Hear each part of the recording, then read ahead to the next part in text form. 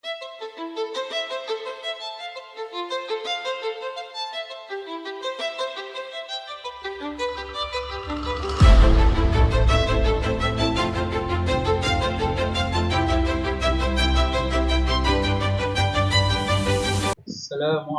warahmatullahi wabarakatuh para pelajar. Sekarang ni dalam video ni saya nak buat briefing tentang projek yang kedua. Kita telah buat projek yang kedua sebelum ni, tapi saya tak sempat bagi masa. Saya harap semua projek-projek tu telah disimpan dengan baik. Dan kalaulah ada dalam bentuk soft copy, minta email kepada saya. Okey, projek ni jadi boleh simpan, saya boleh simpan kita dari masa lebih dahulu. Kalau tak ada, maksudnya balik nanti ke kampus, barulah kita akan collect assignment video tu. Okey, saya harap juga di mana saja pelajar ada, minta supaya menjaga keselamatan, menjaga kesihatan semua. Okey, sebagai briefing projek yang ketiga, projek ketiga ini adalah anthropometric dan ergonomik. Anthropometric dan ergonomik. Anthropometric dan ergonomik ni saya boleh tengok pada video lecture saya. Okey, untuk assignment yang ketiga, dibahagikan kepada dua, iaitu task 3A dan task 3B. Task 3A lebih fokus kepada report and compilation lah. Okay, dan task 3B adalah untuk drawing dan model. Okey, saya ada buat sedikit adjustment dengan projek ketiga ni, di mana projek ketiga ni sepatutnya kita buat sewaktu kita pergi ke IKEA, lawatan IKEA, tapi disebabkan oleh tidak sempat, maka ataupun tidak boleh dibuat, jadi kita nak adjust. Okay, projek yang untuk task 3A ini pelajar dikendaki untuk mencari satu gambar, okay, ataupun pelajar boleh mengambil gambar bilik sendiri. Tapi pelajar mesti menilai bahawa gambar biliknya atau rumah itu adalah satu ruang interior yang standard, yang cantik dan sebagainya. Kita boleh tengok pada kualiti gambar-gambar yang boleh didapat dalam magazine dan sebagainya. Ataupun untuk lebih mudah, boleh cari satu gambar yang lengkap yang ada di dalam magazine dan sebagainya. Okay, ini adalah projek individu. Okay. Daripada gambar tu nanti saya akan tunjukkan satu proses macam mana nak menyiapkannya. Yang kedua, selepas pada dapat gambar, pelajar kena lihat dan list down all the activities yang terdapat di dalam ruang yang dipilih. Maksudnya bukan buat satu rumah, hanya memilih satu ruang di dalam rumah. Jadi contoh kat sini pelajar diminta, katalah contohnya memilih bedroom. Jadi pelajar kena list down all the activities yang ada dalam bedroom. Contohnya dressing, pakai baju dan sebagainya, tidur. Jadi aktiviti itu dan juga apa keperluan perabot dia. Contohnya untuk tidur, keperluannya adalah katil dan sebagainya lah. Dan juga benda-benda lain yang ada di dalam. Jadi saya nak tengok sejauh mana pelajar observe dan faham tentang keperluan aktivitis dan keperluan perabot yang ada di dalam. Okey, juga mungkin lampu kalau dapat. Okey, dan pelajar juga diminta untuk, saya akan bekalkan buku anthropometrik dan ergonomik. Jadi pelajar diminta supaya photostat ataupun kopi daripada soft copy buku yang saya bagi, buku anthropometrik ergonomik, mengambil ukuran berdasarkan ruang yang dipilih, dimasukkan sekali di dalam report. Okay. Dan secara detail contohnya saya akan bagi di dalam video yang lain. Okey, itu adalah Dan tadi report tu dibuat, maksudnya compilation tu di dalam A4 paper. Okay. Boleh menggunakan komputer dan print dalam A4 sama ada landscape ataupun portrait, bebas. Okay, faham Itu untuk anthropometric dan economic untuk task 1. Untuk task 2, adalah untuk drawing, untuk melukis plan dan section. Okay, mungkin ini adalah lukisan teknikal pertama yang perlu dilukis oleh para pelajar. Jadi jangan risau, jangan takut, sebab saya punya expectation tidaklah seperti semester 2 ataupun project final. Sebabnya semua tidak belajar lagi tentang bagaimana nak melukis plan dan section yang betul.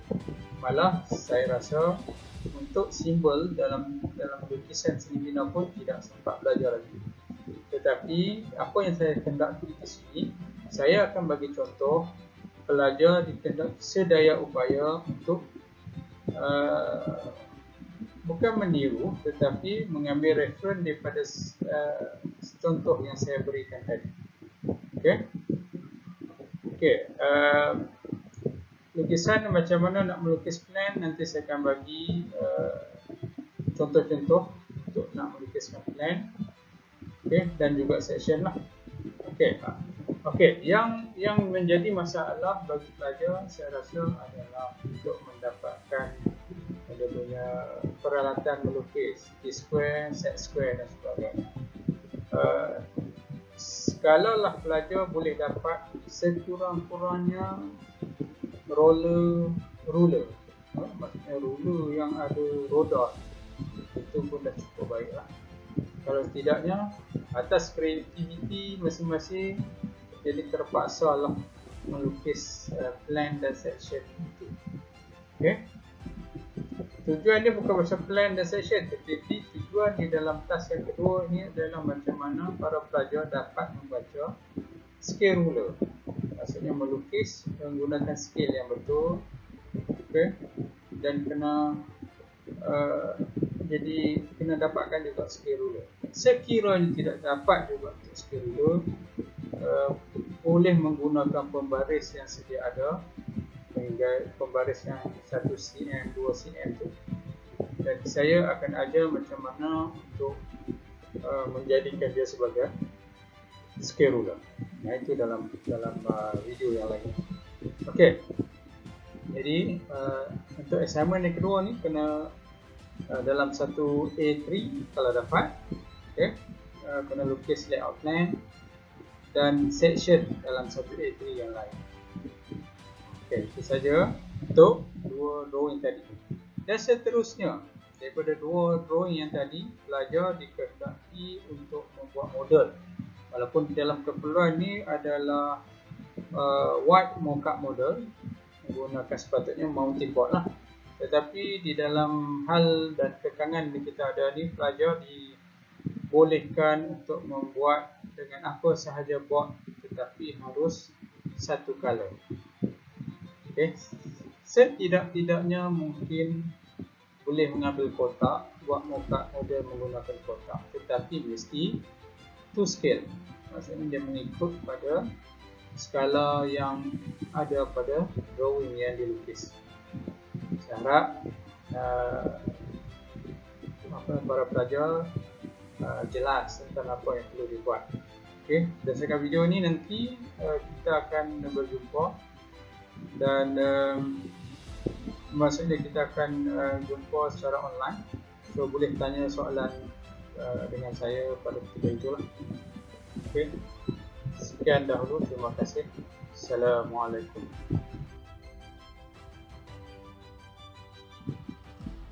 Okay, Assalamualaikum warahmatullahi wabarakatuh. So ini adalah slide contoh step yang perlu diambil oleh para pelajar. Boleh tengok pada contohnya lah.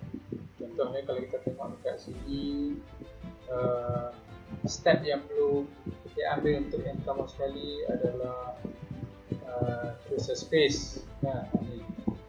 Ini yang pertama. Okay. Lepas tu yang kedua, memilih gambar. Ini saya cerita tadi kan dalam yang slide yang pertama. Lepas tu selepas pilih gambar, okay, based on yang foto ni tadi, okay, pelajar dikendaki untuk list down all the activities in the space. Okay, selesai yang ni, seterusnya identify the design element, okay, yang berkait dengan aktiviti tadi. Seperti contoh dia, aktivitinya tidur, jadi dia punya keperluan dia adalah katil, bedside table dan sebagainya. Okay, clear yang tu. Dan seterusnya, based on buku yang saya bagi nanti, so keluarkan maklumat berkenaan dengan ni aktiviti ni tadi. Okay, cari yang berkait dan photo state ataupun buatlah macam mana. Benda tu perlu diletakkan dalam report. Okay, daripada semua maklumat tu tadi boleh dimasukkan dalam table, okay, dalam bentuk jadual, ataupun kalau ada kreativiti lain pelajar boleh buat, saya benarkan. Okay, selepas pada dalam table tu, lepas tadi saya tunjuk contoh dia. So pelajar kemudiannya dikendaki untuk redraw dia punya diagram yang berkaitan. Okay, dan seterusnya selesai, terus submit dalam bentuk PDF dan submit online dekat Island. Itu selesai. Faham? Itu adalah step yang perlu diambil oleh para pelajar. Itu saja. Kita cuba tengok kalau bisa. Okey, dalam slide yang seterusnya ini adalah contoh report yang perlu dibuat oleh para pelajar lah. So kat sini requirement report adalah macam ni. Ada front cover, kat front cover tu ada nama pelajar, presentation chart, UiTM logo, okay, UiTM name. Maksud kita sini adalah Jabatan Seni Budaya Dalaman Kabupaten Perak. Okay, yang ni title adalah Anthropometric dan Ergonomic Arrangement tu, mana satu ke atas dan ke bawah itu ada UiTM logo di kat sebelah atas. Itu bergantung pada kreativiti pelajar lah. Okay, table of content. Jadi berdasarkan tadi arrangement tu. Okay, boleh juga kalau kata pelajar nak buat introduction. Okay, introduction ni nyatakan sikit anthropometrik tu apa, boleh dapatkan maklumat tu di dalam reference mana-mana lah. Okay, ringkas saja dalam satu muka surat dan gambar. Okay, full page ya. Maksudnya kalau A4 tu is full page. Okay, kalau nak letakkan nama bilik tidur dan sebagainya pun boleh letak. Okay, dalam introduction tadi boleh cerita juga tentang satu, berkenaan dengan assignment anthropometric dan ergonomik. Yang kedua, berkenaan dengan ruang yang dipilih. Okay, maksudnya boleh cerita sikit bedroom, kalau tak bedroom tu apa maksudnya, dan dia punya keperluan yang lain lah yang berkaitan dengan bedroom tadi. Okay, lepas tadi gambar, ada table yang saya tunjuk dalam contoh, kita bagilah. Dan kemudiannya kesimpulan, conclusion dan references. Okay, boleh itulah. Ini adalah contoh untuk report lah, saya bagi ringkas, tapi submissionnya atas kreativiti pelajar lah.